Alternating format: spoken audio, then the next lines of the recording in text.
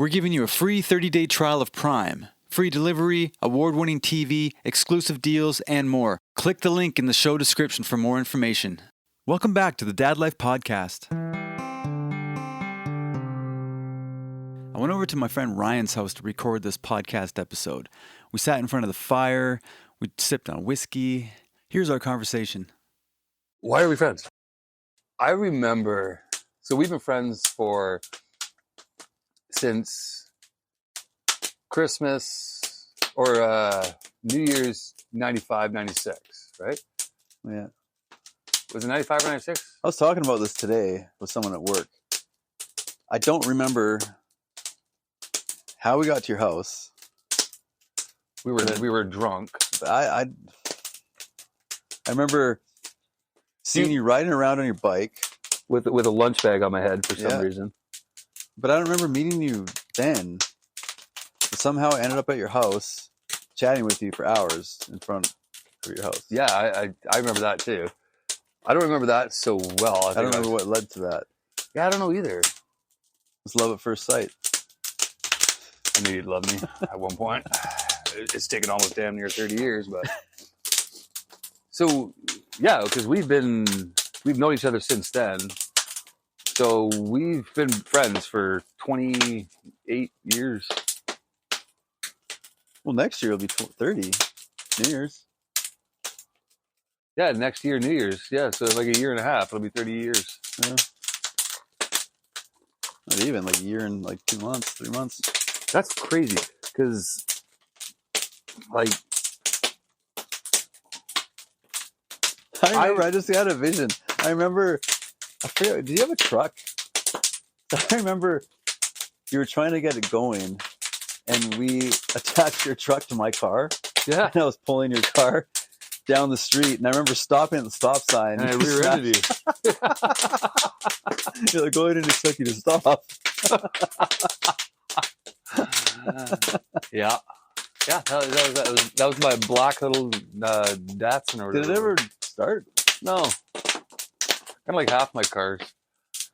Everybody wonders why I'm so good at working on cars, because for my entire teens and 20s and most of the way into my 30s, I bought pieces of crap cars, and I had to fix them myself. So, and then I remember that, was it a Chevelle that your dad had? It was white? Yeah, it's a 1970 Chevelle, yeah. Is that the kind of stuff you worked on too? Yeah. Yeah, see, so that right there, complete opposite of me. Mm-hmm. I've never worked on anything. I couldn't even tell you what's under the hood. Yeah. Well, actually, I might be able to figure out where the oil goes. Barely, yeah. Windshield washer fluid. Yeah. Well, I remember you calling me and telling me that they were going to charge you some astronomical amounts of money to fix your car, or they did fix your car, they didn't. And I just came by and in all of like 5 minutes, just fixed it up. Is it still good? Yeah. Perfect. But that's the stuff that I'm good at. And like, I build stuff. I'm good with my hands. I'm very rednecky, blue collar-y kind of thing. And that's not me. No, you play the safe game. You know, like I do. I feel like I've always been really shy. I like being at home. I spend lots of time at home by myself.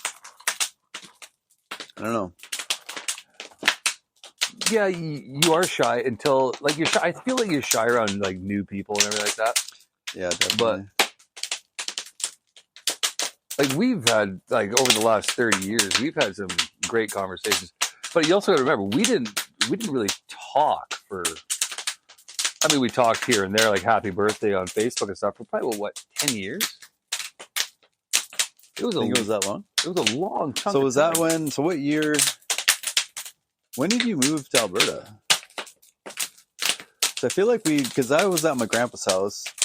I feel like all through that time we hung out. We were going to Evolution, and we come over and do music, and then we moved. Yeah. So I moved back to Alberta in It would have been 2003-ish. When did you do the tour of Alberta there? Probably 2004, maybe. Yeah, so I was living there. I was living in Banff at the time when. Yeah, and I was remembering today too that me and my two brothers went out there, and I think you hooked us up with a place to stay. I remember being at somebody's house, and I don't remember who it was, but I remember I was like, Oh, yeah. I don't want to stay here, and I just got up and walked out the door. Didn't say anything, and then they followed me, and then I think we slept in my van. You did. Parked on a street or something. Yeah, I remember that. that was. And hilarious. I can remember you were working at a shoe store. Yeah, I was working for Nike at the time. Yeah, I'll never forget taking your younger brother down to the Wolf and Bear Mall into like this old vinyl store at the very basement, and he got a sticker that says, "I have the biggest dick in the band." I remember that was. I think it was a shirt. Oh, did you get a shirt? I think it I was thought a he got a shirt. sticker and he put it on like the drum kit or something like that. I thought he put it on like the bass drum. Really? I have the biggest dick in the band. I can picture that store. Yeah. Yeah, I thought it was a shirt. I might be wrong, but it's funny because years later, when I was playing in Rock of Ages, I got a shirt made that said that same thing. Oh, really? And I'll never forget. I walked out with it, and my dad's girlfriend, she's like, classy. This rude look. Cooper. So I never wore it again. But we are so different, but we have a lot of the same ideology in life. Like, we have the same kind of parenting styles in a way. Like, Yeah, especially after you telling me that you're creating a jail in your house. Yeah, that was the pretty kids. good. Eh? Yeah, the new house. That's gonna be a fun one. So Yeah, we always had lots of fun, and I think that's what makes us such good friends now. the Like- time we saw aliens, And Bigfoot. which I don't know. I can't Well, we really didn't see remember what aliens. happened. We saw, what did we see? Lights? UFOs. Yeah. I remember for some reason I had an egg in my front pocket, a raw egg. Because And we I were going tripped to and- egging houses. I tripped and fell, and then realized it smashed in my pocket. Do you remember where we were? Well, I So- remember the area. So we used to walk down Doney's Hill. Yeah, I remember that. Is that Like, all the way condos down. now? What's that? Is there condos there now? No, someone built a mansion there. Oh. So we walk all the way down. We go across his reservoirs. We walk through the Christmas tree farm up into this. I don't know who came up with the name Mirkwood, the Mirkwood Forest. Oh, yeah. So it's not called that? No, No. I remember that name. we go into the Mirkwood Forest. I remember having fires in there, too. Yeah. So we go there. That's where we drink our beer, have a little fire, and then the group that we were with at the time were just like ended up going way ahead of us. I think we were just drunk and laughing or whatever. So for some reason, you and I were lagging behind. And I think it was you that stopped and goes, "What the hell is that?" And there was like 5 like lights in the sky kind of moving all at the same time, like back and forth. Yeah, That's I what can I kind of remember. picture that. Then I just remember looking back I and got going, scared. holy crap, it looks like Bigfoot coming out of the trees. Because we were in the Christmas tree farm at the time. Mm. And we started running. Actually, I think I started running just to see if you'd catch up. You were scared. Yeah, I was. I was like, I'll protect you. See, in a dangerous situation, I keep telling my wife there that in a dangerous situation, I don't have to run fast. I just have to run faster than her. You know what's Yeah. amazing? Why she's still with me? Like, I really don't understand how she is still with me and how she still loves me. I really don't. Because I am probably the most annoying boyfriend on the planet. I really am. Like, I terrorize our children. Like, just terrorize them. I keep telling them that there's Bigfoot in the bushes and, like, just scare the living bejesus out of them Really? to the point where they don't even want to sleep in their own rooms at night. I think it's absolutely hilarious. And my daughter thinks it's just the funniest thing ever. Like, I lay down with my daughter at night, like when we go to bed. Like, I'll lay down with her until she goes to sleep. It's like my favorite thing God, ever. that was my favorite too. I used to do that every night. It's the best. My kids had bunk beds. I'd sit on the floor and hold both of their hands. I'd be like this till they fell asleep. Oh, that's amazing. Yeah. Like, loved it. So I'll lay beside her I'll be on her right-hand side, so she's on my left. And she'll loop her arm into mine, right? And she'll cuddle her teddy with her other arm and, like, put her hand on the teddy, but interlaced with my arm. It's like the coolest thing. I can always tell when she falls asleep too, because she holds it so tight, like she doesn't want to let go. And then when she falls asleep, it loosens. Yeah, but yeah, it sucks when it ends. Her way of punishing me for punishing her is she says, "Yeah, well, you know what? I don't want you to lay with me while I go to sleep tonight." I'm like, "Oh, really? Okay, that's fine. No worries. Okay, that makes me sad, but you know what? If that's what you want, that's okay." Yeah. And then I'll be like, "Okay, have a good night, then. I'm going to bed." And I'll go like lay in bed, and she'll come in about 5 minutes later. She's like, "Can you come lay with me?" I'm like, "Of course, sweetheart. I just need to let you do your thing, though. Let you get your emotions out." I do the hard parenting, and then I switch to the gentle parenting afterwards. Like, you know what? You just got those emotions. You just got to deal with them, kid. Yeah. You just got to learn how to deal with them, and I'll teach you if you want. I feel like in those situations when my kids were younger, I don't know. I feel like I didn't understand that they needed to deal with them and get them out. Like, where do you learn that stuff? Like, I feel like it took me a while to figure that out. So my life took a massive shift. Actually, funny enough, it came up yesterday in my Facebook memories that 11 years ago was when I found out that I probably wasn't going to survive my cancer surgeries. That's when they told me. Like, I was diagnosed with cancer August 2000. What is it? 2013. And I had to go to Alberta to get my surgeries done. But and it was just oral and throat cancer. But when I went in to get it done in Alberta, I went for my pre-surgery checkup. It spread to my lymphatic system, so it was like stage 4. Mm-hmm. It was horrible. So it was a zero chance kind of diagnosis.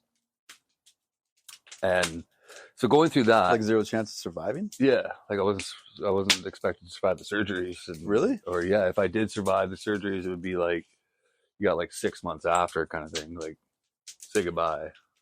Holy. So that was a very eye-opening experience for me, and ever since then, I've been very kind of, I don't know, it changed me in a good way to be able to see the positive in things, and to be able to kind of see through and play the tape forward about, like, I was watching, like, you know, the people I told this, like my family, and, you know, like, we weren't that close at the time, but like, if you were my close friend, I would have told you. Mm-hmm. You know, but just telling the people that you're close to, like, hey, I'm probably not going to survive, and watching them go through that emotion of like, what, and just them trying to process it and figuring out their own emotions. I feel that has made me such a better parent, because I can recognize sadness easier. I can recognize anger, you know, like going through all that and telling people, you know, they get sad, then they get angry. They're so mad that I'm not going to make it. And like, they're like, you don't do this, you do that. And it's like, no, dude, you eventually have to take a step back and just watch the show almost. Yeah. Their show, and just watch what they're going through and what they're doing. And I feel that's made me such a better parent to our kids. And just the simple fact that, like, okay, and just like recognizing that it's not like she's just tired or she's just whatever, and just letting it play out. Yeah. And then knowing that she'll come around. So just making, I guess, just kind of making sure she's able to go through her full, range of emotion, and just kind of just being there for her, and just being like, still being a stern parent and not giving in to them, but give them their time to go through that emotion while just still being present there. Yeah. And then giving them the option, like, okay, it's time for bed. And like I was saying, her way of punishing me is she knows how much I love. It's like that. If that was the last thing I ever did on earth, I'd be okay. Right? Yeah. Like, if I only ever got to do that again, I'd be like, oh, that's amazing. So just her saying, well, I'm not gonna let you lay down with me until I go to sleep, then, is kind of her way of expressing that kind of her. She's angry at me. Yeah. And then, okay, well, that makes me sad. And telling her how that makes me feel. Like, well, that makes me sad, sweetheart. And, but if that's what you really want, okay. And I love you. And good night. And she's very good at, coming around and kind of going, okay, well, maybe I'm not mad. I really don't want to miss this, Yeah. Because I've been really good at teaching her, like, memories are everything. Like, you can have as much money in the world. I don't care. Memories are what last a lifetime. Yeah. It's funny. I was just listening to a podcast the other day with Michael Bublé. He was kind of talking about that. He's like, no one has ever been on their deathbed and wish that they had more stuff. Yeah, exactly. And that's the thing, right? Like, I don't ever want to be on my deathbed, like, and have any regrets towards my daughter or my two sons, like. That's my problem now. I feel like I'm so focused on wanting to work as much as I can to save money so I can retire. And I worry that I'm not enjoying myself. And that's the problem, right? Like we have our rainy day slush fund, but and we do save for our future, and we do have future plans, this, that, the other thing.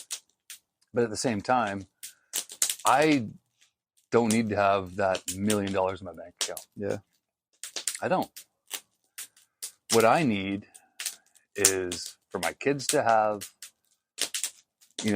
a roof over their head, food in their stomachs, clean clothes on their backs, and all the necessities that they need in life to have the best chance at being the best persons that they can be. That's it. That's all I need. I need enough money to do that. And I'll tell you right now, that doesn't require a lot of money. Uh-huh. It really doesn't. You saw the house, though. Like, we just got a new house, on the 1st. And I mean, you saw it today. It's a beautiful home. It's a great home. Yeah. Amazing views. Awesome. So big. Yeah, it's huge. 7 bedrooms, 3 bathrooms. But it is so cheap. Like, to get a mortgage on that, we're renting it, and to get a mortgage on that house would be expensive. Yeah, you'd be looking at $7,000-$8,000 mortgage for that house. Yeah. But we're paying mid 3,000s for that house, plus utilities. So we're probably up around the $4,000 range. But we never have to worry about anything. And the lease that we're in, I want to be there for the next 10 years. Yeah. You know, and by that time, you know, our oldest will be out of the house. You know, How do you worry that they won't be able to live on their own because of housing costs? And no, not so much. See, I I don't guess see how kids are supposed to afford it. Well, see, here's the thing. Like, I'm a blue collar guy. I'm a blue collar. I work with my hands. I build stuff. Like, I do, you know, custom projects for people. I use my imagination. I use the skills that I've developed for the last 45 years of my life. Mm-hmm. And I'm teaching that to the kids too, to be able to be self-sufficient, to be able to work, to hustle, you know, and realize that there's no such thing as a participation trophy in life. Yeah. You know, you're either first, second, third, whatever, but there's no participation trophy. You don't get the same as everybody else. Life's not fair that way. And to expect a handout from your parents, I think is completely unreasonable. Go out, work for it.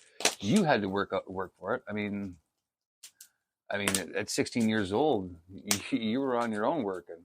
Yeah. You know, I remember this. And that's the thing. I remember when I was in debt after I did recordings and stuff, like $30,000 for a year. I did 3 paper routes, worked my full-time cooking job, and cleaned offices 4 nights a week to pay that off. And then I saw someone post today. It was a mom. She's like, can anyone help me with purchasing a ticket for the circus so my son really wants to go. Yeah, I saw this. I know I can't put myself into single mom's shoes. I don't know how things are. Maybe the dad isn't around. She can't get a babysitter for her kids, or I don't know what their story is. I can't imagine myself putting a post like that. Like, give me money so I could do this for my kids. So I know this woman. She drives me absolutely mental. I'm not friends with her. I know her. I've met her a pile of times. She's actually really good friends with one of my friends' exes. She posts all the time, looking for bottles. I'm having medical procedures and this, that, the other thing. I'm doing a bottle drive. Anybody got any empties? Or, can somebody? I'm looking for food. She posts like once a week, and I see so many people helping her. Like, there's so much generosity towards her, and I just want to post and rip her a new one for what she's doing. Like, she gets all this like money given to her and food given to her and donations and this, that, the other thing. I saw her at Sunfest. Really? With a full access weekend pass. Yeah. I go every year. I know how expensive that is. That's $400. Yeah. Plus camping. Like, for me to go, it's like $2,000 for the weekend. Yeah. That's what it costs. To go up there by the time you get booze. And she was drinking, so don't say, what she was drinking. She was drinking. She was smoking. She was eating fancy food. She was living it up. Like, it cost me like $2,000. I take all these posts with a big old grain of salt. Like, I don't know their story, but I just have known and seen with my own 2 eyes so many women, and don't get me wrong, the majority that do post, actually the majority that need it don't even ask for it. I think that's sad. Yeah. The ones that are really hurting and they're suffering and everything like that, they don't post. They won't ask for it. I think that sucks because they're the ones that need it the most. Yeah. And so the majority of the women that do ask and everything like that really do need it, but it's these ones that just take advantage of everyone. Take advantage and scam the generosity of good-natured human beings, and then go and do all this other stuff, this fun stuff. Is crazy. It's just like, so last year I ordered all the school supplies for our daughter. Mhm. And for some reason, I accidentally ordered 2 packages, right? So 2 packages came. Whatever. So I was like, oh, I'll put one away for her coloring and, so she can, do some learning at home, whatever. Right? Yeah. We ended up not using it. When this year's school year came around, I was just, for some reason, I was just going through the house. I was just looking in all these old cubbies, kind of clearing stuff out and everything. And I found this full bag of school supplies that came from where you order them from. It's like, oh, hey, we have this bag here. We should donate it to a family in need. And she's like, oh yeah, totally. And I was like, yeah, just put it up in your mom's groups. And then I got thinking about it. I'm like, you're going to get 100 sob stories on why they need these and their kids are suffering and deadbeat dads and all that. I said, you're going to get 100 sob stories. I'm like, how are we going to pick the one that actually truly needs it? That really needs this. And she's like, well, I'm going to go through anybody who comments, yes, I need this, I'm going to look at their pictures. And if I see any pictures of them out partying in like the last month or 2 months or, fake lip injections, and I'm not throwing shade on anybody that does cosmetic surgery or anything like that, but like, it's money. If you have the money to go get lip injections and your hair done, and your nails done, and you have failed to provide the necessities for your children, you're not getting this stuff. Yeah. And I totally agree with her. She's like, I'm gonna look at all their, you should look to see if they're. This girl at work today was talking about how much it costs to do yoga and do like Pilates and stuff, like $36 for a class, for an hour class. Yeah, I think these school supplies, I think they were like $45, $50 or something. It's not the end of the world. Like, I don't care. Like, but I wanted to go to like an actual family need. Have you ever seen a dad post something like that? I have. So I'm in this this group on Facebook, Real Men, Real Dads, or Real Dads, Real Men, one of the two. It is probably the coolest group that I'm in. They asked. I should look that up. I'm into like a singles dad. Yeah, I was in that one too. I left it because it started to get kind of weird after a while. But yeah, it's like Real Dad, Real Men. And these guys, like, I don't know how many members are in it, but it's got to be 20, 30,000. Really? And it's all over North America, Europe, and there's some in Asia. And it's just, they ask like real to the point, kind of like, hey guys, I'm going through, there's nobody ever asking for a handout. Yeah. Like, that's the one thing. It's like just advice. Yeah. It's like just like, I need advice. Divorce and. Yeah. Like, I'm going through a divorce. It's very amicable, but like, what's everybody's experiences with like lawyers? Should I do it? Like, should I go get a lawyer? Yeah, that's exactly what I see in the singles. Yeah. Single dad one. And then it's like, there's other type of advice too. Like, so I need to upgrade my vehicle, but I want something safe but still fun. Like, anybody got any suggestions for the man's truck, but still good for the kids and safe? And like, I can still be a soccer dad, but you know what I mean? Like, oh, I want to get a new van. Like, oh, and it's like, there's no bravado or ego in these groups and everything like that. But I'm in this other group. So my daughter was born in 2017. So this guy I know, his name's John. He's started this group called Mighty Dads 2017. And I don't know where he got the idea from. I don't know if he saw another Mighty Dads group. Is he the one I know? Like, no, a different one. Oh.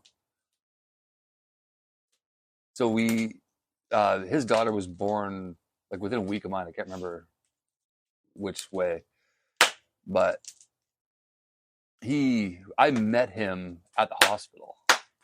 He is actually, I was actually friends with his brother, and I didn't know it at the time. When your daughter was born? Yeah. And so he started this group, and he added me. And that group was the coolest group. We got together for a few rendezvous and everything, and it just petered out. And I hate that. Like, because that would be the group. It's like, I know they're local. Like it's all a bunch of local dads. That's funny. Is there other groups Yeah, there's a lot of local dads Really? groups. Yeah, I never even thought to look at that. yeah. But go back to the whole story. You know, being a single dad is really hard. Like, we have to live up to so many expectations. We have to be the protector. We have to be the confidant. We have to be, the provider. Like all these, like I think you said it when you're podcast. You have to be all these roles. You have to wear all the hats, right? And So I have a question for you. The whole time I've known you, you always said that you didn't want a kid, didn't want to have kids. I didn't. What changed? Well, and you must be so happy now to have her. But what? Yeah, I wouldn't change the world. Did something change, or was it just oops, she got pregnant and then you had a kid? Yeah. So my daughter is my oops. And she knows this. She wasn't planned. We've talked to her. My daughter is like probably one of the coolest kids. She's awesome. Yeah. She's so understanding. Like she takes everything just like at face value. She doesn't read into anything. She doesn't like try to dissect what you just said. Like she's 7 years old. Uh-huh. I just could never picture myself as a father. Like I never wanted that necessarily. Like that wasn't my aspirations in life. Is I never had the okay. Well, I want to find the girl. Since you felt that way, how was it when you found out she was pregnant? Going through what I did in 2013 with the cancer and all the death scare and everything like that, it changed my perspective on absolutely everything. And perspective is like my key word for absolutely everything in life. Everything is about perspective. It's all on how you look at something. Everything in life revolves around how you look at it. Are you going to look at it with like a positive, or are you going to look at it like a negative? Yeah. Like, God, I wish I could be like that. It's always negative.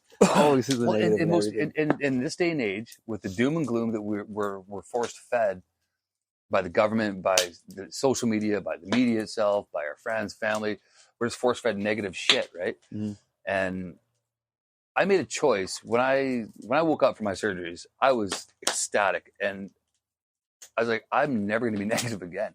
Not that I don't have negative thoughts or experience negative emotions. It's just that I'm going to do everything I can to be positive and to be the positive influence, positive role model, good friend. I've good seen brother. That in you too. Yeah, since over this past year. And when my daughter's mom came to me and said she was pregnant, and we weren't dating at the time. We were no, we weren't. Well, she thought you were, but you didn't. Kind of. We weren't anything serious. So how did you feel? Were you like, oh my God, like what did I do? Like, no, it was. There was no shock. There was no it was just like, oh. Did you regret it at all? Like, no. In that moment, you're like, oh my God, I shouldn't have slept no, her, or... not at all. I think what it was. So I'd known her for years, like years and years and years. She dated one of my other friends, and I'd just known her from seeing her around, and I knew her older sister, and so just I knew of her. I knew about her, and she's actually probably one of the most amazing women that I've ever met. She really is. She's so nice. She's kind. She's generous. She's smart. I've never met her. She's beautiful. I don't think I've ever met her. I think you met her once or twice. Yeah. I don't remember. Oh, maybe. Did she come in the cafe like a long time ago? Yeah, she did. Yeah, I did. But I don't remember. But she's I really do. I think she's probably one of the most perfect women on the planet. Just not perfect for me. She's not what I personally am looking for in a partner.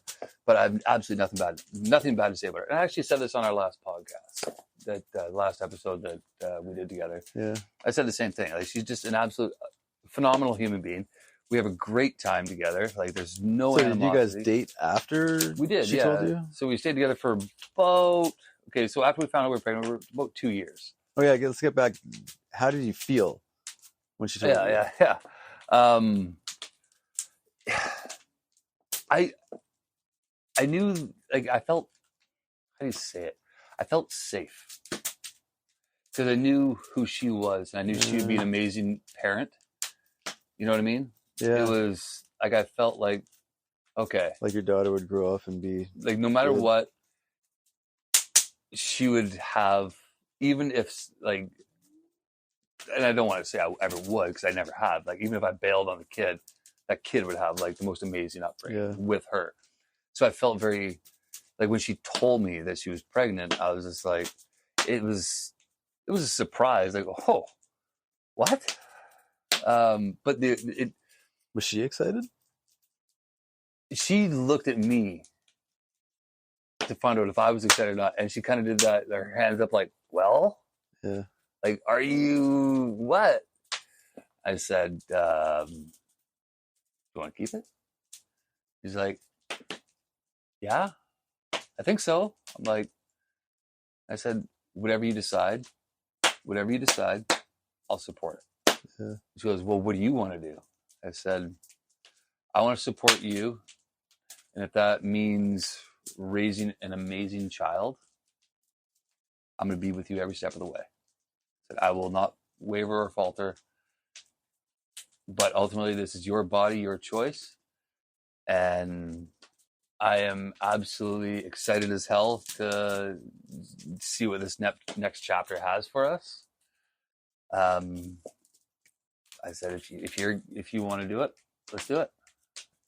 I think the words that was kind of, that's not verbatim. That was kind of, the generalization of the conversation we had. But where I wanted to leave her was that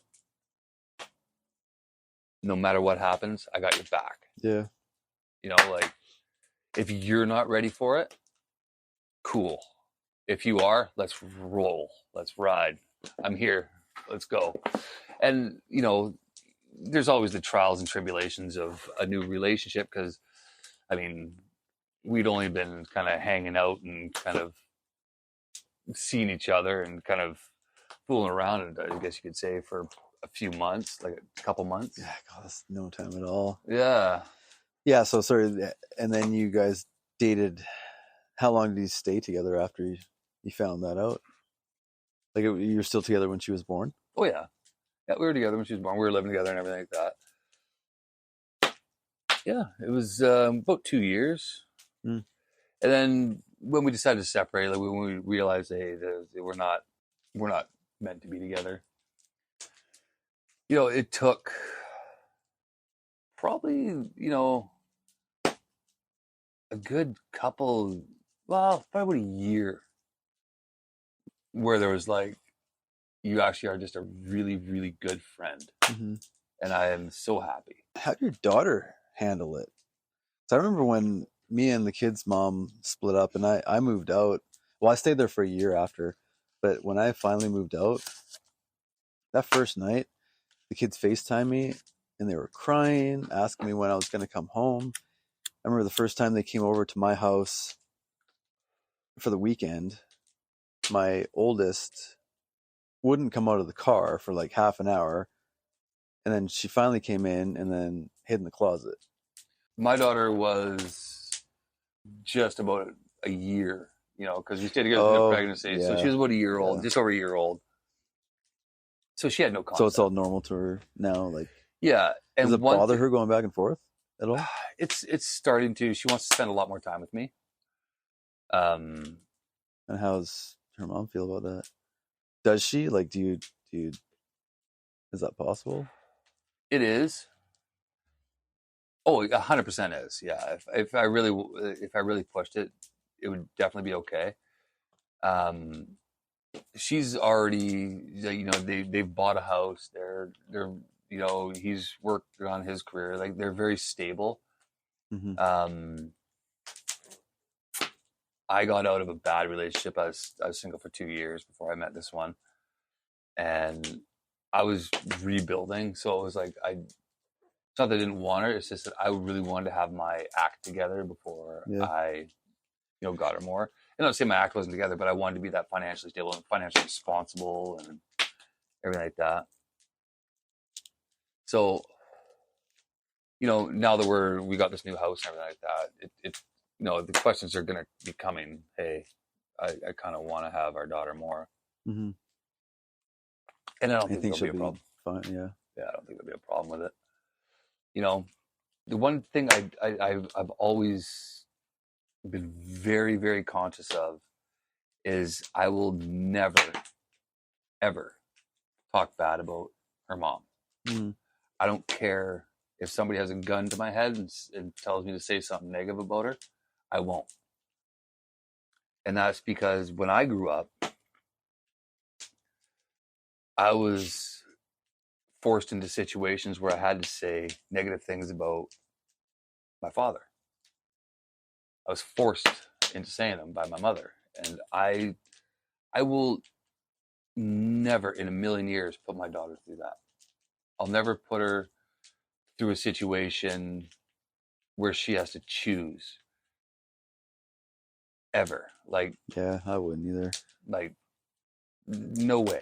I will say nothing but positive things. And it was really weird for my future wife because she's younger than me, by 10 years younger than me. So she's in the trophy wife. Trophy wife. You'll leave that. Well, I really like, actually. She's she's absolutely amazing. And the funny thing is they both have the same name, right? So Mm-hmm. I mean, it's pretty crazy. It's See, perfect. You can't mistake it in bed. Yeah. But I've joked about that. She laughs. At first, she wasn't very understanding. She didn't understand. She always thought, you still have feelings for her, this, that, the other thing. And after a while, after getting to know me and knowing what I've been through and my history, like my adoption, being put in foster care, watching my mother sewer my father, the manipulation, this, that, the other thing. She knows that I will never put my daughter through that.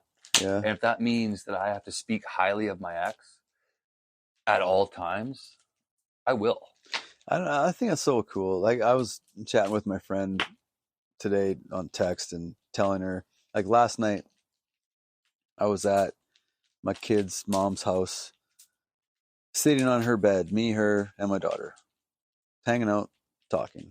Yeah. And this girl I was chatting with, she's like, she just finds it amazing that I can do that because she compares it to her relationship with her ex, and it's like there's no way that they would ever have a relationship like that. But that's so good for the kids. I can't even imagine if we fought all the time and badmouth each other and just had all these problems. Oh, that would make things so much worse. So my future wife, her ex-husband actually works for me. Yeah, that's cool. I invite him over for dinners. Really? He comes over for dinners. We have barbecue. I just think that's the best thing. And that's awesome. all the kids are there, and they all laugh. It's like my mom and dad.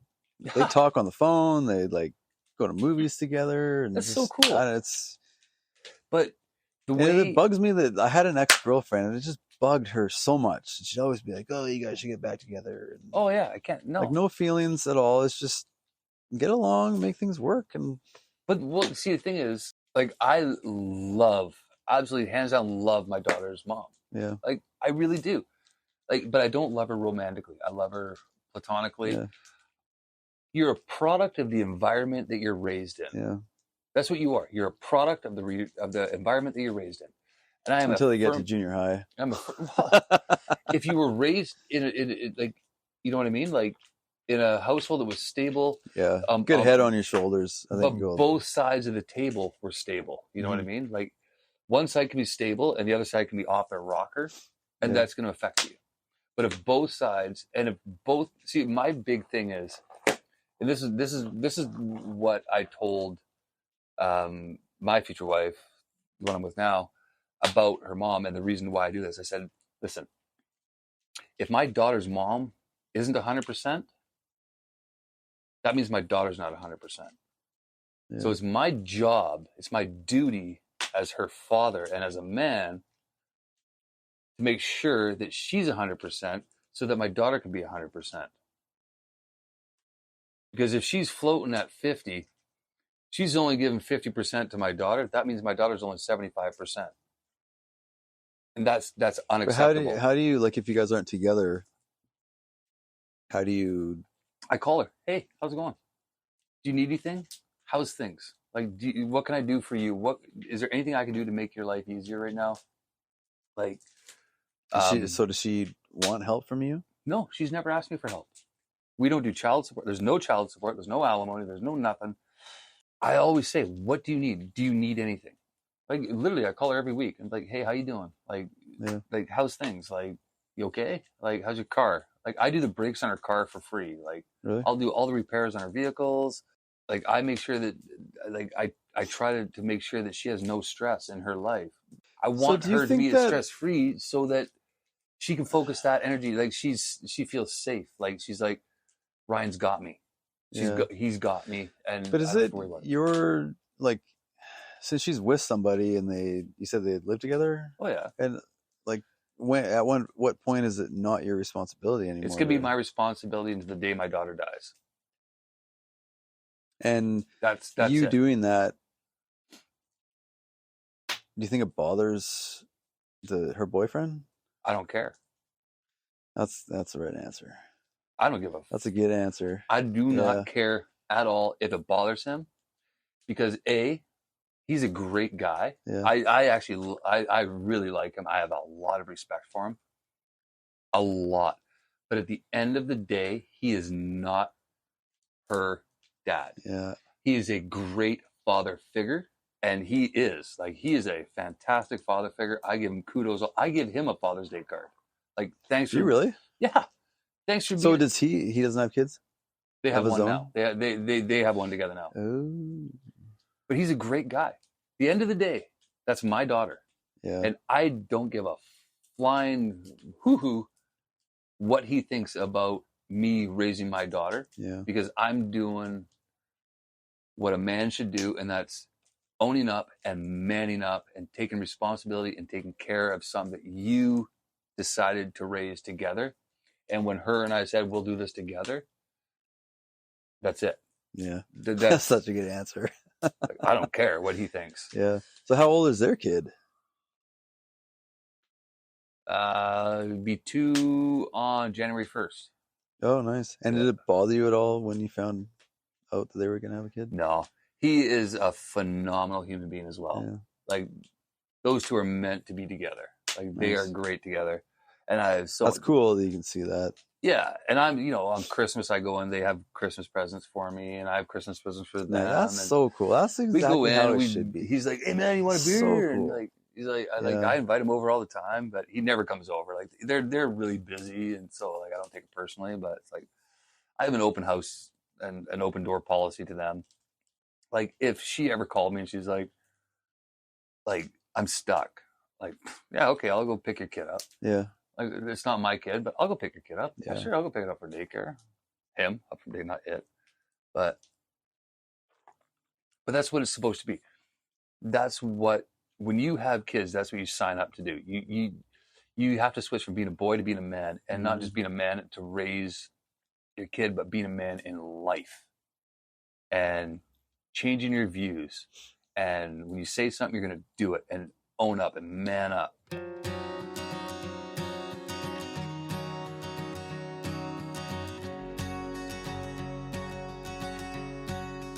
So when I was on online dating, when I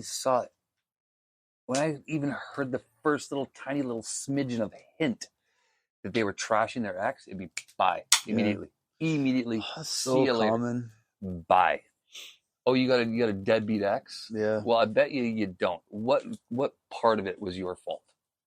Don't say that you're a perfect angel. You know what bothers me is I've chatted with a couple of girls recently, and they weren't from here. They're from, like, Philippines. But they leave their kids behind. Like, let the parents raise them. And I guess somebody told me that's normal. It's culture. That's probably more cultural. It bugs me, though. Oh, it totally does. So I had a guy working for me. Great guy. Really good guy. But he was from Europe. He moved over here with his girlfriend at the time, and they got pregnant, and he didn't really care. And he let her go back with the kid and like said, no, I'm going to go fulfill my dreams here in Canada. I can't even imagine that. And this, that, the other thing. Like, I love my lost kids so so much. I can't imagine. you It bugs me do going so much for your kids. day without seeing them. Yeah, you do so much for your kids. You go over there all the time. I do. I stop by there almost every day to see them because they don't want to come over. And I know, I don't know, it's their age and they get irritated because I won't leave them alone. But I don't know. I love them so much. I love being a dad, and I miss how things were when they were young. But I want them to know that I'm always there. And Yeah, and that's the thing. like, I will never just not be there. Like, You have to let them know that no matter what, no matter the circumstance, I don't care what happens. Like, I got your back. exactly. And I want them to know I'm always there if they need me. I always tell our kids, I always say, I don't care what you did. I don't care what you did, as long as you're honest with me. Yeah. Be straight up and be honest with me. I won't get mad at you. I'll be upset. You're probably gonna get some consequences, but I won't be mad at you because you're straight up with me. Just be straight up with me. Like, do you like being? Well, I know you're not technically a stepdad, but once you're married, like, do you like being in that role? I love it. Kids. It's really cool because. But do you feel like? Because I've always heard that you'll never love a kid that's not your own the same. But do you feel like? You know what? I believe that statement because you never will. Yeah, I believe it too. Yeah. It's not your kid. Yeah. You'll never love it as much as you love your own. Because I had it like, I cut the umbilical cord. Like there's a connection there. I know exactly what you mean. And it's an undeniable connection. Yeah. But at the same time, when I agreed to be a part of their life, I took the same oath to myself. Like I said the same thing to myself, that their mother has to be 100% because they need to be 100%. Mm-hmm. And it's funny because, like I said, their dad works for me. He's got a full-time job, a great career, everything like that, but he wants to make some extra money. So, hey, he can come work for me. Yeah. Great. When we go to job sites, we get talking to clients, and all my clients are great. And I have a great rapport, a good joking kind of whatever kind of relationship with all my clients. I'm like, oh yeah, this is so and so. He's my lead hand, and I'm sleeping with his wife. Like, you say that? I say that all the time. And he's so funny because he goes, yeah, it's true. Like, yeah. So are they still technically married? No, they're divorced now. Oh. So that was about 3 months ago that they actually finally technically got divorced. But before that, it was so funny saying that. And I used to go to his work because he works at a construction supply company that I get a lot of my supplies from. And I got to know a lot of the people there, and he's been there for 11, 12 years or something. 11 years, I think. So he knows everybody there, and they all really like him and everything. They're all a big family there, and so he'll come out and he'll be like, "Oh," he'll chirp me for something, say something sarcastic to me, and say, "Hey, watch your mouth, dude, or I'm gonna go home and kiss your wife." And the look on some of their faces, because some of them, like the new hires, the new employees there, don't know. And they're all like, he's like, "Can you please do it? Just get her off my back." Just get her. It's so good. And I love the dynamic that we've created with that. Yeah. And, I've talked to him about, being the stepdad, everything like that. Oh, you have? Oh yeah, totally. I said, listen, I will never try to take your position. ever. Yeah. Your dad. You're dad all the way. Like, I get I've it. never had a conversation like that with the kid's mom's husband. They're married now. People always say, well, that's really weird. I'm like, Did you no, fill that up? I did. Thanks. Right. Automatic. I said, no, it's not weird, because my belief is that he needs to be 100% as well. For her kids to be 100%, he has to be 100%, and she has to be 100%. Yeah. Right? So with my future wife's ex-husband that works for me, people always ask me, oh, why do you hire him? That's weird. I'm like, no, it's not. A, that creates such a closeness between us. I know. I wish people could see B, that puts more money into his pocket, which benefits his children, which benefits the family unit. Why do people think that's weird? We're a goddamn unit. That's what we are. Yeah. We're a unit. If you think of the military, we're a unit. We got to stick together if we want to win the war. Yeah. That's what we have to do, right? So, I mean, if me putting more money into his pocket, I could definitely hire somebody for cheaper. I 1,000,000%, I could hire somebody for cheaper. Yeah. But he's going to work his ass off because he wants to keep this job. And I know his work ethic. He does a great job, and the money goes to support the family unit. Mm-hmm. And then, I give him money, but anybody who's in business knows that you have to make money off your employees, right? That's, if your employees are costing more than you're making, get rid of your employee, right? So, if you want to level it out, they have to double their money. So if I'm paying him $50 an hour, he has to make me $100 an hour, for it to kind of all work out. So he's making this X amount of money, and it's just going to the family unit, and it's just beneficial all the way around. And at the end of the day, like he'll be at a job site. I'll come back to the job site, and I'll be like, "Hey, I picked up a bunch of ribeye steaks. I'm gonna go pick the kids up," even though it's his week with them. I'm like, "Oh, I'm gonna go pick the kids up. Fellas, meet you back at my house. I'll throw the ribeyes on the barbecue. My daughter's getting dropped off." He's like, "Oh, that's dope, man." He's like, "Okay, I'm just gonna hit Walmart for some groceries on the, I'll just go pick the groceries up. I'll drive home, I'll drop them off, and I'll come back to your place. You got the kids?" I'm like, "Yeah, I got the kids, man." And it's just such an awesome dynamic. Mm-hmm. The one I'm with now, like she is like inviting like my daughter's mom over to bake cookies. And so do they talk? Yeah, they're friends on Facebook. They're my ex and her new hubby. They're really busy. They have their own life, and we don't want to impede on their life, but it's open. We will never stop inviting them for things like our Christmas parties, our Halloween parties, birthdays. Like, it's just. Did they ever come? They've come once or twice. Yeah. I don't hold it against them if they don't. Right? They got a life of their own. Like, they got friends. They got family. They don't have to come to ours. Like, we're the secondary family, right? Like, they got their primary unit. Great. I'm happy that they got their primary unit.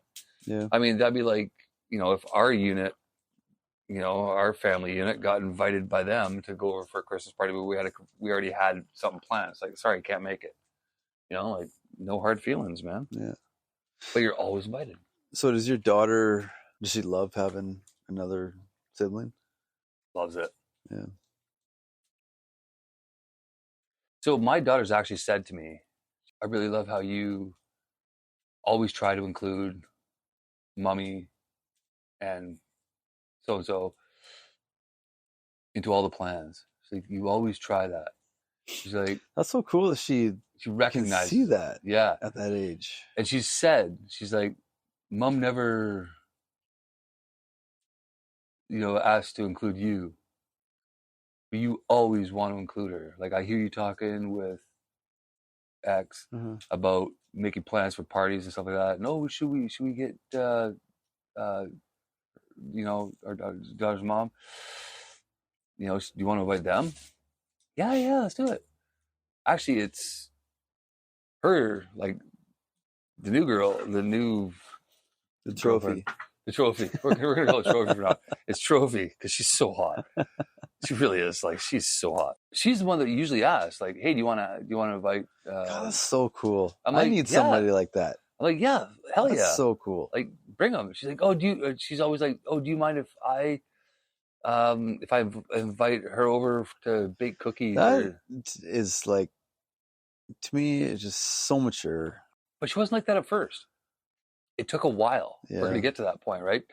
Like I said, like, she was like, when her and I first started dating, she's like, "Oh, you still have feelings for your ex," and I think now she's seen, like, oh my God, like, now that I'm like employing her ex-husband, and like, she sees what I'm trying to do and like what my values are and what the end game is.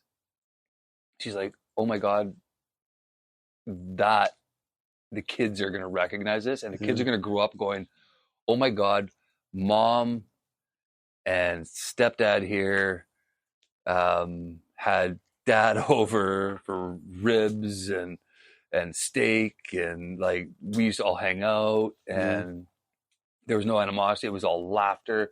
Like that is so beneficial for the kids. Yeah, no, and I guess the majority of people, probably it's weird and rare, and that's probably why it bothered her. It bothered my ex. How she always be, oh, you guys should get back together. It's like, no, I don't have feelings for her. I have feelings for my kids. Exactly. I have feelings for my kids. I don't have feelings for their mom. Don't get me wrong. Cool that don't get me wrong. Like I said, I love their mom, but I love her platonically. Yeah. And I really do. Like, I absolutely, I will unequivocally say, and I don't give a damn who hears this, I absolutely love their mom, and I will do anything for her. But it's A, not romantic, and B, it's for the love of my child. Yeah. Well, it's cool that your girlfriend now she knows, and like, she understands, and she's good with it. I would be honored if he called her every day and said, "Hey, you good? Do you need anything?" I would not feel offended. I would be like, "Dude, let me shake your hand. I will salute you any day of the week, man." Yeah. That's a man. That's a man's man. Like, that's what we need more of in this world. Yeah, I don't understand these guys who, I don't know. Do you know anybody that has been like, oh, I don't want that kid, like, and just, yeah, really, I can't think of anybody that I know. Yeah, I've met them. I can't understand it. It is crazy to me, and going back to that one I used to see on all these groups and this, that, the other thing, help me. It's like, I've known personally a woman who her man said, "Beat it, I want nothing to do with this kid. Like, bye." And God, that's crazy. And he was the main breadwinner in the family. How do you not want to know your kid? I know, but he was the main breadwinner in he was the main moneymaker in this, that, the other thing. So when he pieced out, it left her literally destitute. Like, she didn't have an income to support the like a child. And so when she was like, she posted things like, "Hey, I need help. That was a legitimate cry for help. Yeah. Like, and I'd do everything I could for her. Like, obviously I was with somebody at the time, so I didn't want to like overstep boundaries with the girl I was with at the time, but it was just, at the same time, it was like, hey, I know this woman. I know her personally, and this isn't a scam. This isn't fake. This is real life. But at the same time, I couldn't imagine. Like, I remember at that moment, like, I brought over a box of food. Like, it was just like, whatever, craft dinner. She was pregnant at the time. She didn't have a kid yet. So it was just like, I don't know, craft dinner and just kind of like chunky soup, stuff like that, right? And I remember she was so grateful, like, and she truly was, like, you can tell, like, that, like, "Oh, thank you. Yeah. Goodbye." or is this like the tears welling up in her Yeah. eyes? Like, thank you so much. Like, this is helping a lot. And, I'm going through a hard time. And yeah, we've all been there. Like, after my surgery, I had nothing.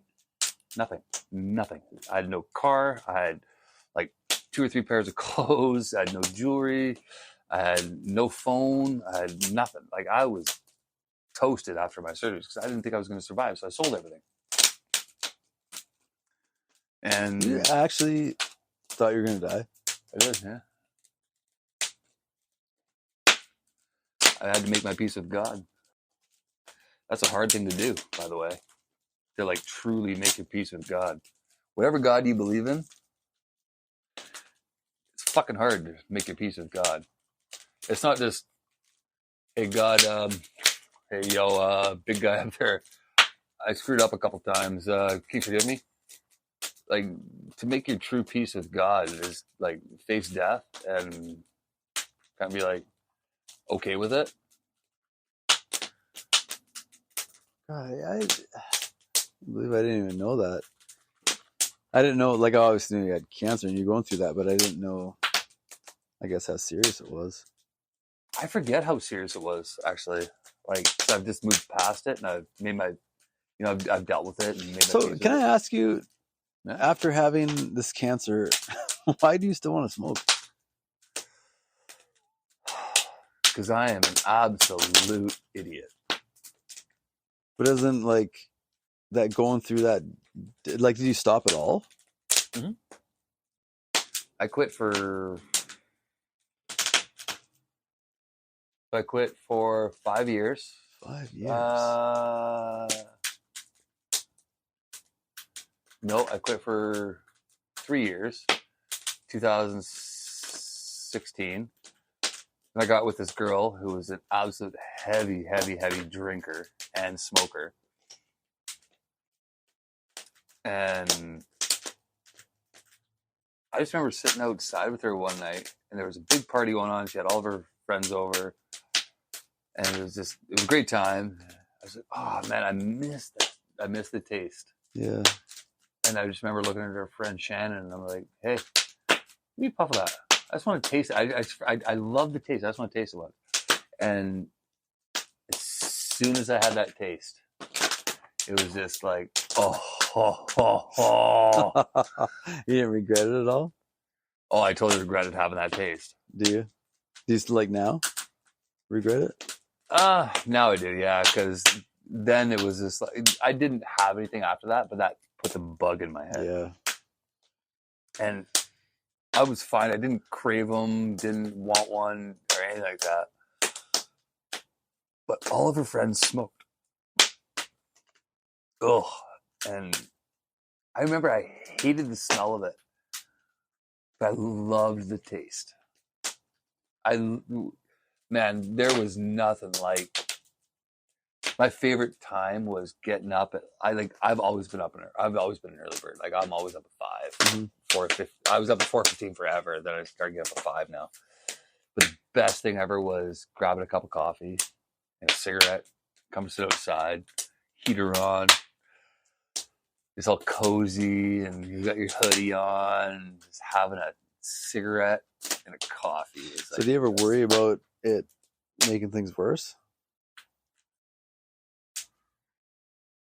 So, I battled cancer in 2013, and here's something maybe a handful of people know, and I'll put this out there to the world now. Mm-hmm. So, in 2015, I had to battle it again. Really? So, I went through chemo in 2015. You did? Yeah. Nobody knows that. Nobody knows. I was single. I didn't want anybody to know. I was living on my own again. So was that in Alberta too? No, it was back here in Victoria. So I battled it again in 2015. And I hid away for 5 months as I battled it. And it came out clear on the other side. Thank God. How lucky are you? Yeah, maybe it's like I'm like, whatever, a cat or something with 9 lives. I don't know. I don't know what it is, but and that doesn't make you want to stop. As we're puffing on cigars. So we're puffing on cigars right now, but So I have a deal that I'm going to be no longer smoking cigars. Like I don't smoke cigarettes. Like I smoke cigars every once in a while. So I won't smoke cigars anymore after November 1st. This year? Yeah. Really? Yeah. So I'm nixing the cigars. So what's Nobody will ever take my whiskey away from me. What's the reason for that? What made you decide that? Because I've explained my story and I let the future wife read my medical reports, like my file, because it really bothers her. Yeah. And so we were supposed to get the house November 1st, and I said, you know what? Let's start a new chapter. I'll nix these cigars, and you stop bitching at me. So that was kind of cool. So yeah, I'm just gonna get rid of them. I love them. I really do. They go so well with whiskey. Dude, I'm telling you. That Facebook group I'm in, that Real Dads, Real Men, there was a post one time. It was like, what cigars go best with whiskey? I was like, oh, I gotta read this post. And there was probably like 700 comments. Really? Oh, it was just like, oh wow.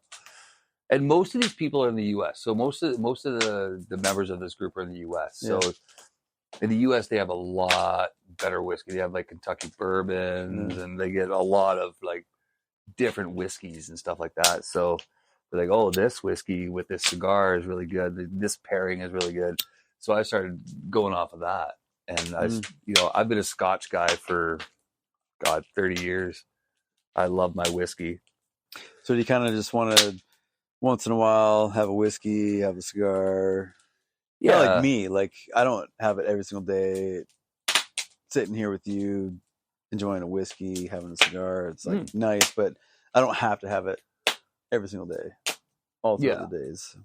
Yeah, that's kind of so you won't be 100% stopping. No, I want to see. I'm caught between this rock and a hard place because, back in 2013, 2015, I almost died, right? No. And then I'm kind of like, hey, I want to live my life to the fullest. I know, yeah. So I'm kind of sitting here caught between this rock and a hard place. Yeah, what I'm doing is like really horrible for me. Yeah, but at the same nice. time, like this is nice. But sitting here, sipping on whiskey, smoking a cigar. I'll tell you right now. But I can understand the smoking on my deathbed. If I'm laying there on my deathbed, I will never say that I regret sipping whiskey and smoking cigars with right Dan. Here is I just sitting in front of the fire, sipping on whiskey, smoking a cigar. It's just bliss. And just talking, and it's like I will never once regret this. Smoking a cigar, drinking a whiskey, sitting around a fire talking to you. Yeah. You will never hear me once say, hey, I should never have done that. I'll be like, I should have done that more often. Yeah, totally. You know what I mean? I should have, you know what? If this is going to take 5 years off my life at the end of it, like, I don't care. That's a this situation right here is exactly what I was talking about. Like where I feel like I'm not enjoying life. Even this afternoon, I was like, oh, I'd just like to just go to bed, but I made myself do this because I knew I would like it, and I know it's good for me. It is. This is healthy, man. Like even though what we're doing is unhealthy, like what we're ingesting is unhealthy. Yeah, this is healthy for like your mentality. This is healthy for your mental, emotional, psychological stuff. This is healthy for men's mental health. Our mental health, which is something that nobody fucking talks about, which I think should be talked about way more often. Yeah. I think men's mental health should be in the media. It should be shared. It should be, because men suffer in silence, man. That's so true. Yeah. So true. We do suffer in silence, man. Like, look at all the shit that we go through. Yeah. Like, look at all like you put in a podcast, like, look at all the hats we have to wear. Do you know how psychologically damaging it is to men to have to wear all these hats and, play all these roles and never get supported in it, to never get kudos, never get accolades for wearing all these hats? like these single women are like these single moms are getting kudos like, oh, you're so strong and brave. I feel like people No. just think that dads don't do that much. Bullshit. I pull just the same amount of duty as mom does. And I feel like, I think I said it in the last podcast that I did, like, I feel like since the kids don't come over as much anymore, I almost feel like I'm not doing enough, even though I try and stop by there and I talk to them every day and stuff. I feel like I put all this pressure on myself, and you do what you can do, and you just have to let it go, like, and just know that you did. I have such a hard time with that. That's what you have to do. Yeah. And for you to be a better parent and a better dad and a better man, you have to be able to let it go. And knowing that, hey, at the end of the day, when I put my head on the fucking pillow, and I will say this very clear, when I put my head on the pillow at the end of the night, I know for a damn well fact that I was the best dad that I could be and the best man that I could be.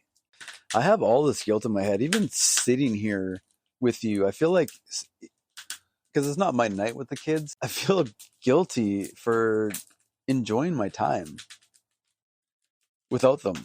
Even though, even if I called them right now, oh, you want to hang out? They'd say no. So I get that, because I was feeling that too. But then I started thinking, I love metal detecting. Like I have 4 metal detectors, all of varying degrees for different scenarios.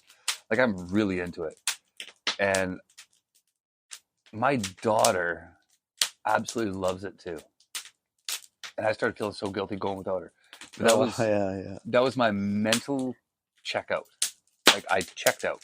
Mm-hmm. Like, I don't know if anybody listens to this, does metal detecting, you'll know what I'm talking about. All you're focused on is hearing the or the different tones, and and you're looking at your displays and your readouts and like your different depths and like what signals coming in, this, that, the other thing, and you can mentally check out. And my daughter got really into it with me. And I used to feel that dad guilt so bad. Like, I would go, God, I can imagine, yeah. And I would do that, and I'd be like, oh my God, she would be having so much fun right now. Yeah. And it would just, I'd to the point where I just didn't even want to do it anymore. Mm-hmm. Like, because I was like, oh, she would love this so much, and I just don't want to do this without her. But then I realized, hey, I was doing this before she was born because it was good for my mental health.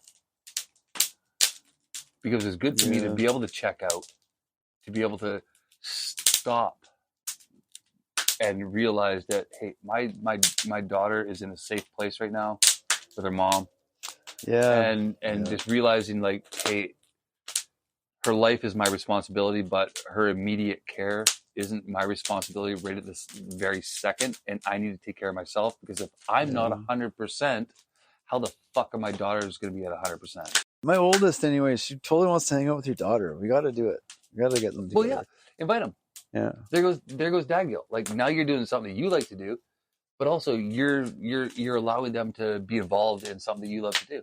Yeah. They can go do stuff, and your daughters can teach my daughter some cool new stuff, right? Like, yeah, like how to drink.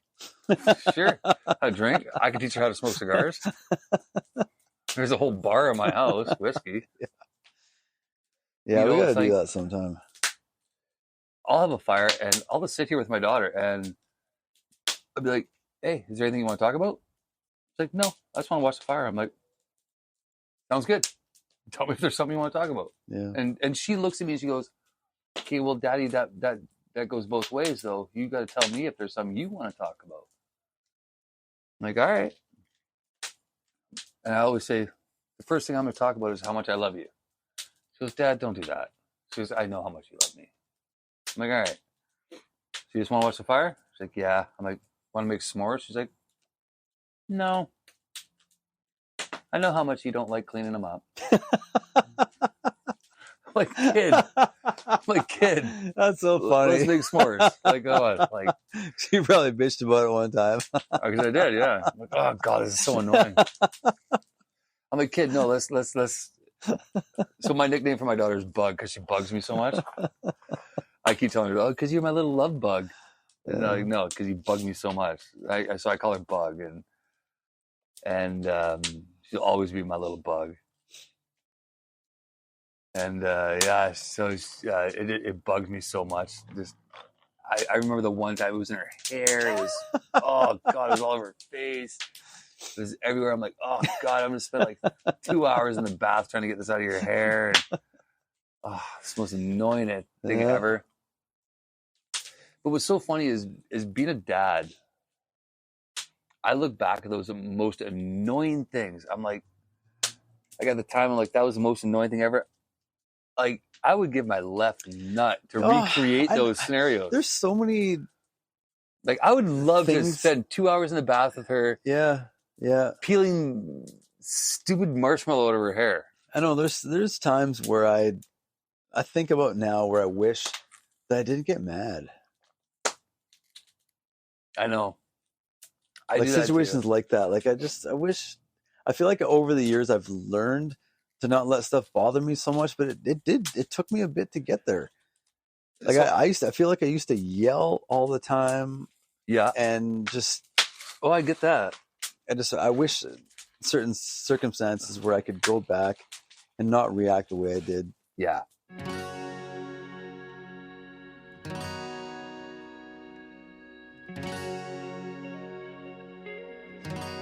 Firsts that you didn't expect. Is there anything that's happened where you're like, oh, didn't think that would happen? Like the first thing I said was like You and I. dealing with what was your kid like Oh. with mental health issues, but I had some comments on Facebook like, I don't know, first time their kid got mad at them and like stuff like that. Is there anything that sticks out where you're like, oh, I never even realized that would have happened? First time I also said first time I was called a name, first time I was told that they hated me. Like, have you experienced that yet? No, there hasn't been anything like negative like that. Like, I hate you, this, that, the other thing. I'll never forget, like, earlier we were saying, like, where she didn't want me to lay with her in bed at night. Yeah. Put her to sleep. Like, first time that happened, it's like, oh. Yeah, it's hard not to take it personal, isn't it? Like, I feel like now they can say whatever they want to me and I'd be like, don't care. But the first time something like that happens, like, how do you not take it personally? That was bad. Yeah. That was like, oh. Yeah. That's like my favorite thing in the world. I know, You're taking it I away know. from me. Like, you're. I think she was like 6 at the time. Like, it was like last year sometime. I'm like, you're like a 6-year-old mental terrorist. Like how? That was the only time. But I also find that there's things that she doesn't want to do anymore that I really like doing. Already? At first, yeah. You know, she's at the age where I don't want to do that anymore. I don't like such and such anymore. It's like, I just got into this. Like, you just made me get into it. I kind of like it. You know. I guess like one of the first that I knew she was kind of growing up to be, a young lady. Yeah. Even though she's 7, she's not really a young lady yet. I mean, she's growing into that. Yeah. She's at an age where she's kind of becoming part of that. Like makeup. Yeah. Yeah. But does she wear makeup? Does she try to? Oh, she wears it all the time. Does she? But she doesn't wear it to school. She doesn't. She's not into that. Yeah, makeup. God, I never even thought about that. Yeah. Like, so she. But I've been really like, for the most part, what I think is being a good dad about it. I let her do makeovers on me. Yeah. So I make it fun. Like, hey, Dad supports this. Like I hey, never did that. I never had makeup. let's make this fun. Yeah. Like let's make this experience like cool. Like I painted their nails. I love. I tried the nails. nail art, and I tried to do. I have a picture of it actually. I did butterflies on their nails. Nice. It is so hard. I know. I bought this nail art kit, like with different paintbrushes and paints and stuff, and for some reason, to me, it looked easy online. It's not. It's not. No. Not at all. Like kudos to you women out there that do this for a profession. Like, good on yous. Like this is insane, but like I always tried to like the first I was like I'll never forget the first time she rode her bike. Like I have that video. I have her training wheels that I took off her bike, and I'm gonna mount them in a frame. Like that was the coolest moment. All that stuff. Like all the firsts.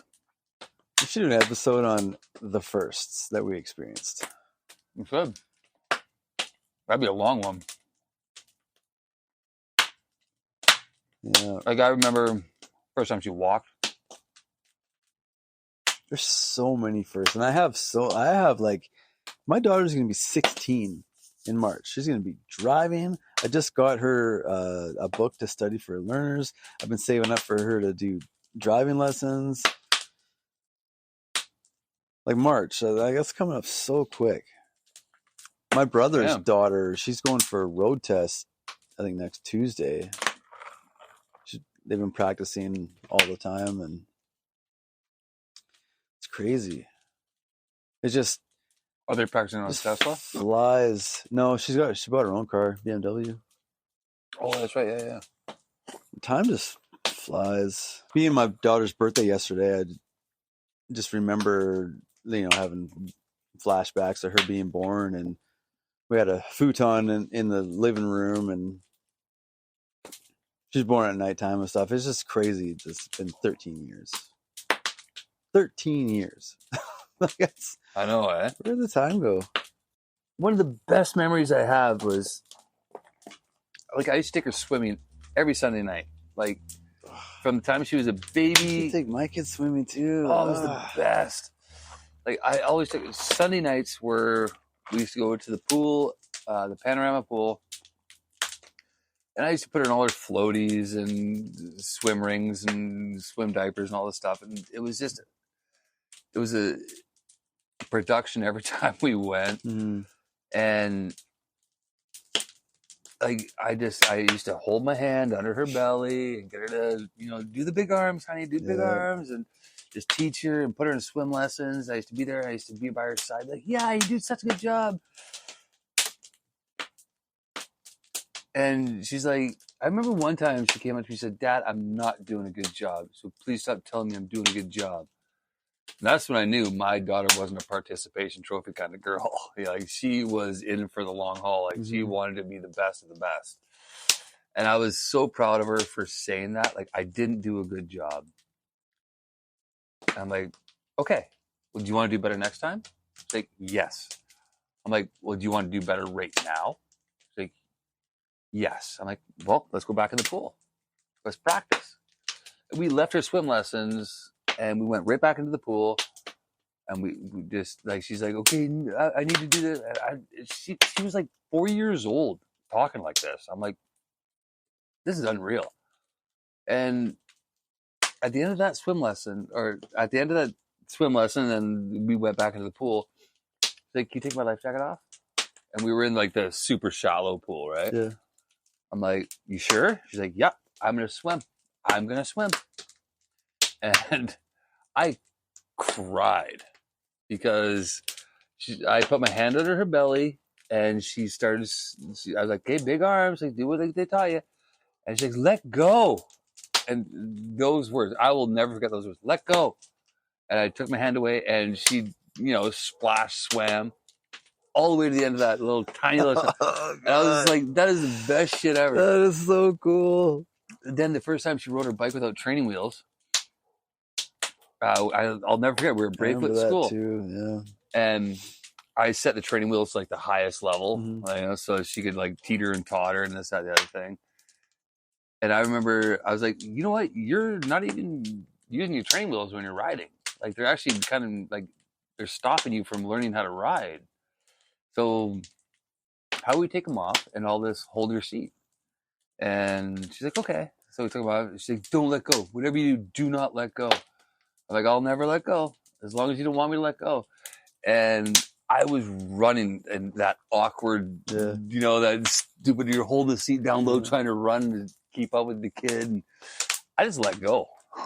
I'm just like, you're on your own, kid. Like in my head, that's what I said. I'm like, you're on your own. Did she care? Did you notice? I just stopped. And like, she was like 60, 70 feet away from me before she realized that I wasn't even there. I'm like, are you going to turn? And she turned all the way. She's like, you said you were going to hold my seat. I'm like, kid, you're doing it on your own. Yeah. Like, look, you're riding your bike. You're riding your bike. And that was the first time. And I was like, I was so proud. I remember dropping to my knees going with my hands in the air like I was like Rudy from the movie. I'm like, you did it. You did it. And she's so excited, like this smile on her face, beaming from ear to ear. I swear to God, man, the sun that day came from her smile.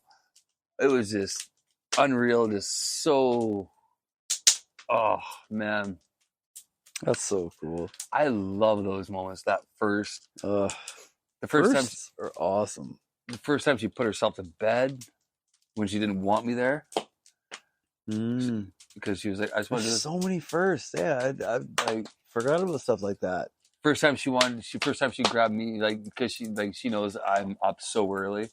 I remember I got up, and the first thing I do when I get up is I hit the washroom, right? But I'm up at 5.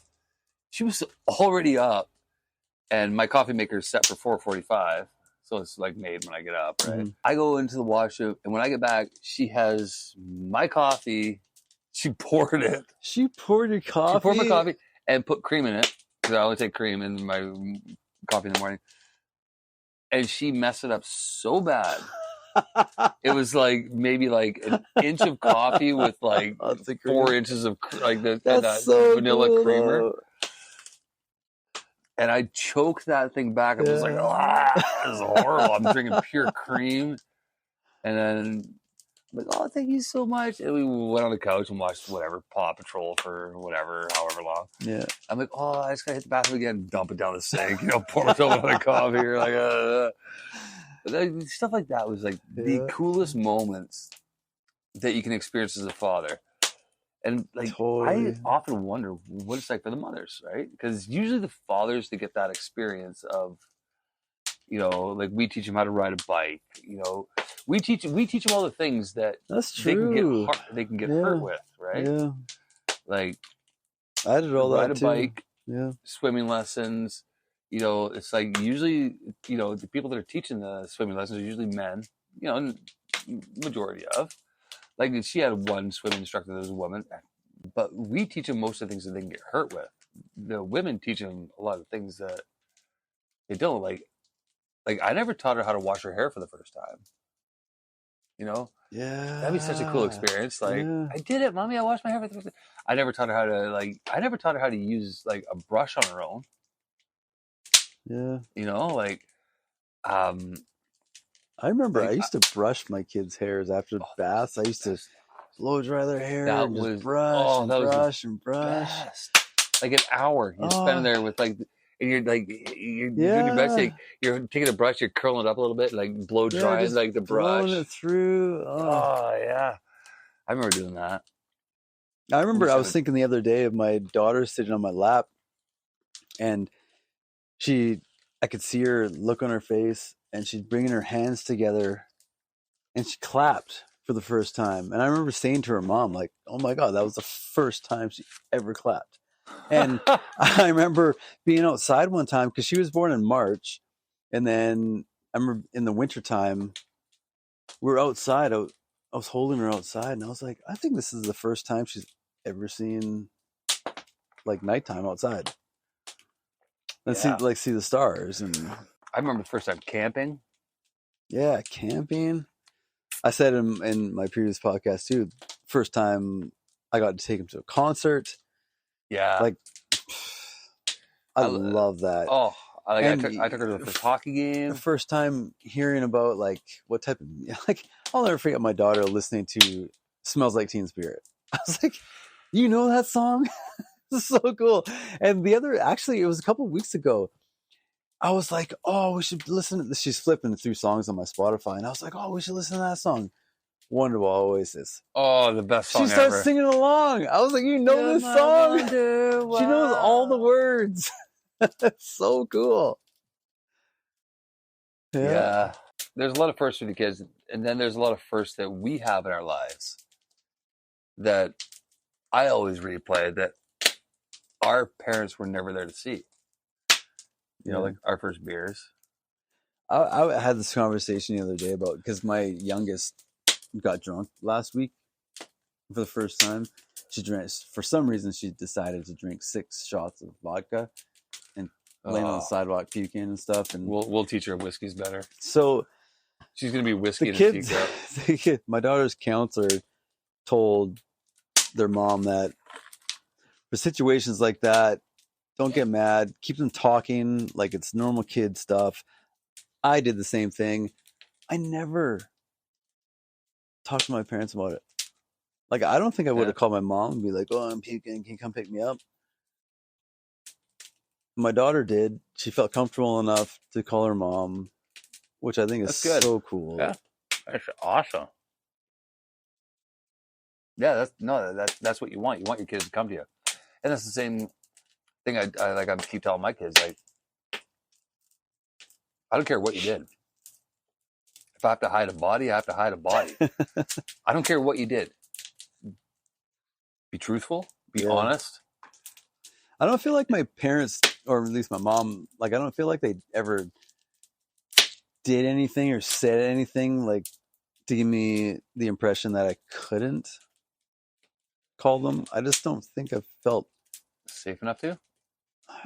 Just comfortable. Like, I've comfortable safety is kind of the same thing. Yeah, like, you know, you thought you were gonna get in shit, or you just didn't want and to, embarrassed too.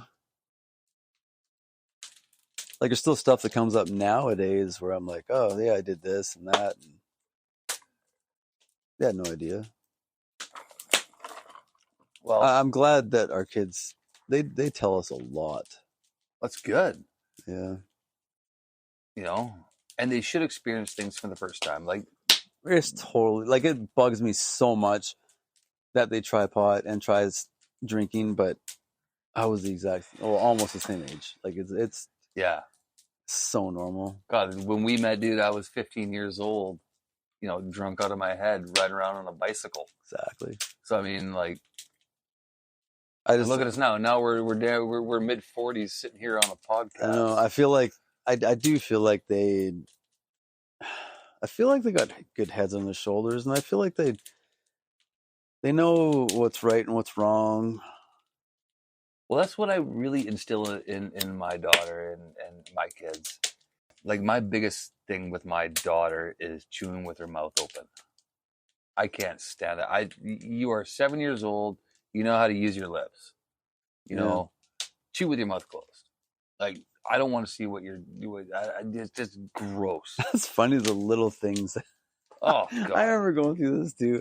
Like, it's so funny because, like, I swear to God, like, she doesn't know how to wipe her ass. You know, like, I can see shit stains in her gitch. It's fine. It doesn't bother me. But chew with your mouth open, like, you know how to, like, seriously, you don't know how to use your mouth yet? Like, you're 7 years old. You can talk back to me already, and you do. How's that for an episode? I feel like I can't even fucking think straight anymore. No? So the original question, why are we friends? Why are we friends? You know why we're friends? It's because we have the same ideology. We both want what's good for our kids. Yeah, that's so true. We just want what's best for this world. That's why. We both have different ways of getting there. We both have different thought processes of of how to get to the same conclusion. And we both challenge each other. We both ask each other questions that make us think. We don't want to settle. And we both challenge each other to not settle, to keep moving forward, to keep being better, to keep persevering, to keep trying to be the best people that we can be. In conclusion, I've drank too much. That's a bitch. Thank you for listening to this week's episode of the Dadlife podcast. You can visit us on all social media at Dadlife Pod. See you on the next episode.